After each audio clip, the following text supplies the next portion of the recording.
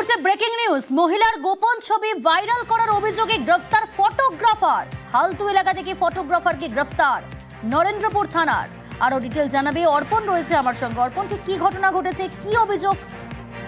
দেখো, ওই মহিলার অভিযোগ যে পার্থ দাস, তার সঙ্গে সোশ্যাল মিডিয়া তার সঙ্গে আলাপ হয়, তারপরেই তাদের সঙ্গে সম্পর্ক গড়ে ওঠে এবং তারপরেই তার গোপন ছবি তিনি মোবাইলে তোলেন এবং ক্যামেরায় তোলেন এবং সেই ছবি ভাইরাল করে দেওয়ার হুমকি দেন। এবং এই ঘটনায় তিনি নরেন্দ্রপুর থানায় অভিযোগ দায়ের করেন। তদন্তে নেমে নরেন্দ্রপুর থানার পুলিশ এই পার্থ দাসকে গ্রেপ্তার করেছে এবং তার ফোন, ল্যাপটপ বাজেয়াপ্ত করা হয়েছে এবং সেগুলো পরীক্ষার জন্য পাঠানো হবে, এমনটাই পুলিশ সূত্রে খবর।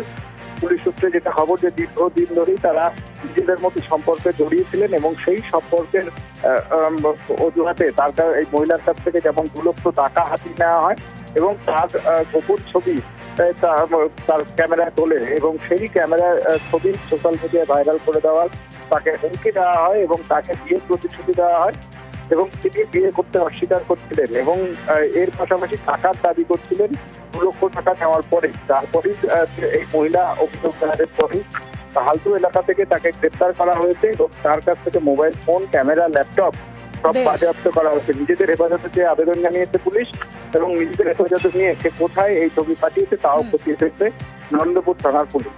বেশ, আমার অভিযোগ, আমাকে বিয়ের প্রতিশ্রুতি দিয়ে আমার সঙ্গে 2 বছর ধরে সম্পর্ক রেখে এখন আমার থেকে 2.5 লাখ টাকা নিয়ে এখন আমাকে প্রথমত বিয়ে তো করবেই না, দ্বিতীয়ত আমাকে এখন ব্ল্যাকমেল করছে।